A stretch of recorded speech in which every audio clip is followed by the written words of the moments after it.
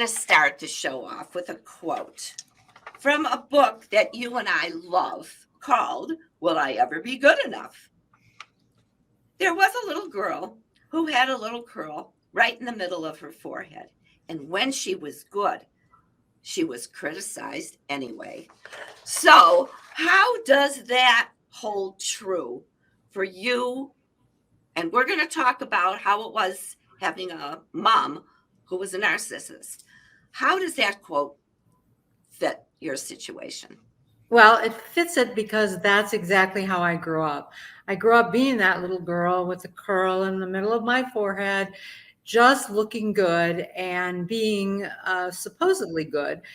When I had a mother, though, that reminded me all the time that I was, not worthy of many things. She would bring me home things from a store, clothing or whatever, and tell me that she got it for me, but I didn't deserve it.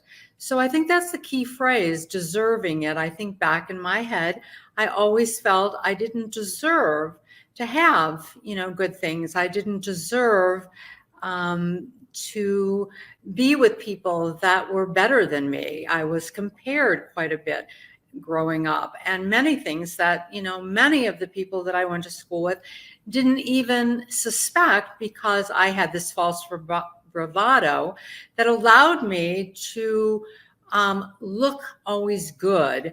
But inside, there was always that feeling, that suppression that, was I good enough? Many times I didn't go places or do things not because I didn't want to, or not because, I didn't like the people that were involved, but because I didn't feel comfortable. So it was outside of my comfort zone. And instead of that, I made myself out to look like I was better than, rather than, because I really didn't understand what these triggers were. I had no idea, why I was acting in this fashion.